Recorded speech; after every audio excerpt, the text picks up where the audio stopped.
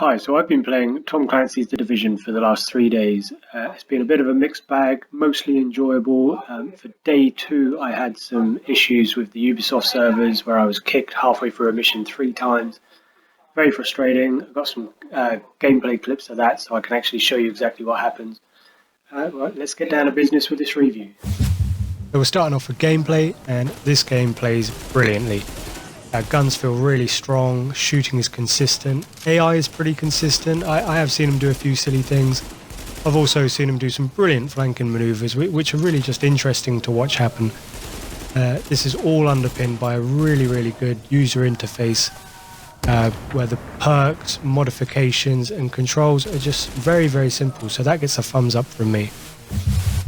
Right, graphics and sound next, and as you can see by this run through of this train carriage, lighting and shadow effects are top notch on this game.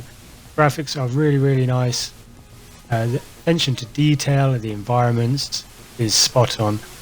As far as sound goes, AI enemies and AI allies do repeat the same dialogue constantly. Does detract from the experience a little bit. It's not a game killer though. You'll notice it, but you'll also get used to it. As I mentioned before, I did have some problems with the Ubisoft servers on day two. You'd notice it straight away because you get a lot of bullet lag. I had an enemy appear out of nowhere and then I was kicked from the game. It doesn't restart you from a checkpoint, it restarts you from the very beginning of the mission. Very frustrating, but also very few and far between. It happened 3 times, all within the space of 2 hours, and hasn't happened since.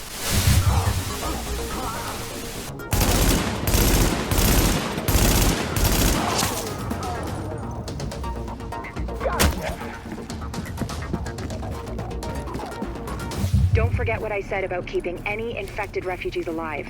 I mean, obviously you're gonna try and keep them all alive, but I need those virus samples.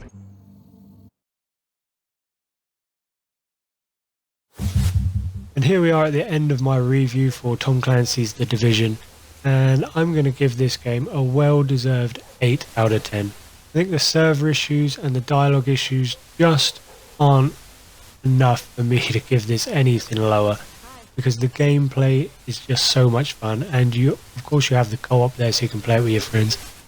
I hope you enjoyed this review, and I'll see you in a week's time when I review UFC 2.